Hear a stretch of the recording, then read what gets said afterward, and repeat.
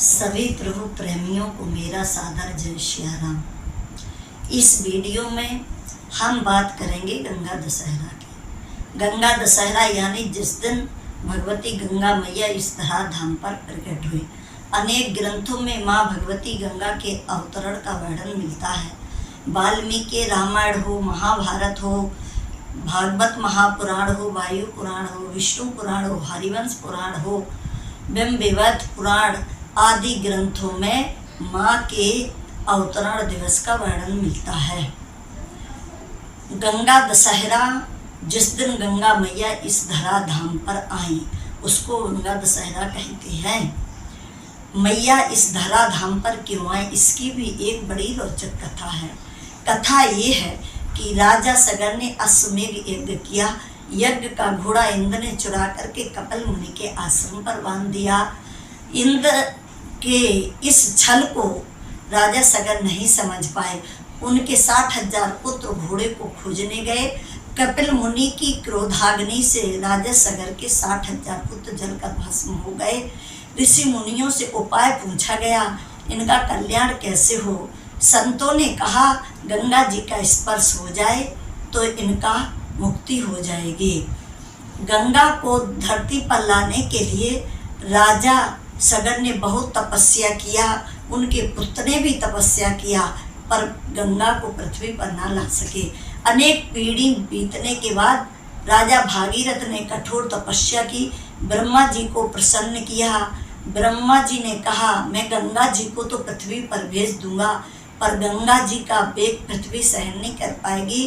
पृथ्वी को फोड़कर गंगा जी रसातल को चली जाएंगी। तब कहा क्या करें। कहा शंकर जी की तपस्या करो, उन्हें प्रसन्न करो। राजा भागीरथ ने भगवान शंकर की कठोर तपस्या की।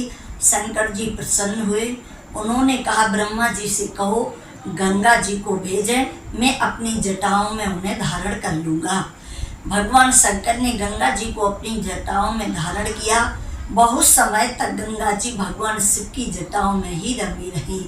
पुनः भागीरथ के प्रार्थना करने पर भगवान शंकर ने जेठ शुक्ल पक्ष की 10वीं तिथि को यानी गंगा दशहरा को गंगा जी को इस पृथ्वी पर अपनी एक जटा के माध्यम से गंगा जी को पृथ्वी पर छोड़ा। आगे आगे भागीरथ जी, पीछे पीछे गंगा जी पहाड़ों को, पर्वतों को, वृक्षों के बीच से रास्ता बनाती हुई गंगोत्री से प्रकट होकर के गंगा सागर तक की यात्रा गंगा जी ने की। वहाँ पाताल में गंगा जी का स्पर्श सगर पुत्रों से कराया, उनकी मुक्ति हुई। यहाँ पर एक जो विशेष बात मैं आपको बताने जा रही हूँ कि आखिर गंगा दशहरा का इतना महत्व क्यों है। वो इसलिए कि आज के दिन गंगा दशहरा को गंगा जी प्रकट हुई तो हम सबको आज गंगा जी में 10 बार डुबकी लगाना चाहिए।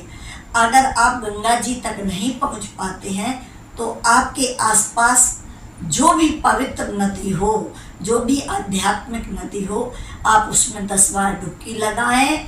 10 प्रकार के सुहाग की वस्तुएं मैया गंगा जी को भेंट करें, 10 प्रकार के फल भेंट करें और 10 प्रकार के दीपक गंगा मैया को भेंट करें। 10 का गंगा दशहरा को बड़ा महत्व है। 10 बार गंगा जी में डुबकी लगाने से मनुष्य के जीवन के 10 प्रकार के पाप नष्ट हो जाते हैं। हर मनुष्य अपने जीवन में 10 प्रकार के पाप करता है। आप सोच रहे होंगे ये 10 प्रकार के पाप कौन से हैं। आइए जानते हैं ये 10 प्रकार के पाप कौन कौन से हैं। प्रत्येक मनुष्य 10 प्रकार के पाप करता है। 3 दैहिक पाप, 4 वाचिक पाप और 3 मानसिक पाप। दैहिक पाप वो हैं 3 जो शरीर से किए जाएं। वाचिक पाप वो हैं 4 जो वाणी द्वारा किए जाएं। मानसिक 3 पाप वो हैं जो मन से किए जाएं। ये 10 प्रकार के पाप गंगा जी में गंगा दशहरा को 10 बार डुबकी लगाने से नष्ट हो जाते हैं।